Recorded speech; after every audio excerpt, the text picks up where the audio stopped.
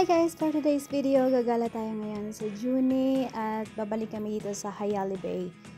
Bali, 2 times na namin o pangatlong beses na nga yata namin bumalik dito. Ang ganda kasi ng ambience dito dahil nga talaga naman pagpasok mo pa lang, ito na ang bubungad sa'yo. Sobrang colorful nga at talaga namang sobrang unique ng kanilang design. It's Hawaiian inspired yung kanilang theme ng restaurant. And paglabas mo nga, ito na ang makikita mo na view. Talaga namang ang ganda guys. Sobrang na-surprise ako. Kasi kung titingnan mo sa labas, parang wala lang, parang maliit na restaurant lang siya. Pero pagpasok mo, tapos papunta mo dun sa main restaurant nila sa labas, talaga namang ang ganda talaga. And then, meron din silang, malapit sila sa dagat, seaside. And then, meron silang pool. So, talaga namang maganda. So, perfectly. I-recommend ko to sa mga gusto mag-unwind. Ang lugar na to ay napakaganda. And ang sarap din ng food. Yung mga menu na binibigay nila, hindi naman na sobrang mahal. And good for mga 10 person yung salad nila. Talaga served for 10 person. Sobrang laki nung salad na sinerve nila sa amin. Is, hindi ko lang kung anong flavor to. Basta yung meron siyang pineapple. And then nag-order din kami ng pizza. And then, sushi. Yung sinuserve nilang food is, Italian cuisine, international cuisine, ganoon. Kahit ano meron dito. Lebanese cuisine, meron sila. So, ayun. Sana puntahan nyo tong place na to dahil talaga namang ang ganda. This Hayali Bay is located to June. So, June. Kaya madali lang siyang hanapin guys. Hanapin nyo lang yung Hayali Bay.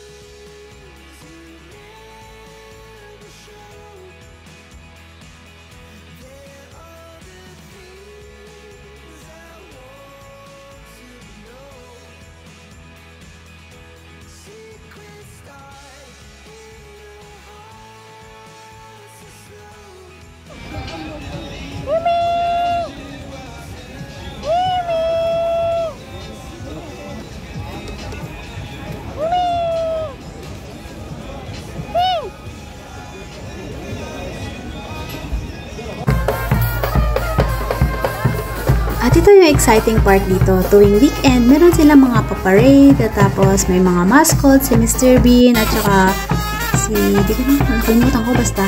May mga mascot silang dinadala tuwing weekend dito. Pagka mga bandang alas 9 na ng gabi, lumalabas na yung mga mascot, at saka yung parade.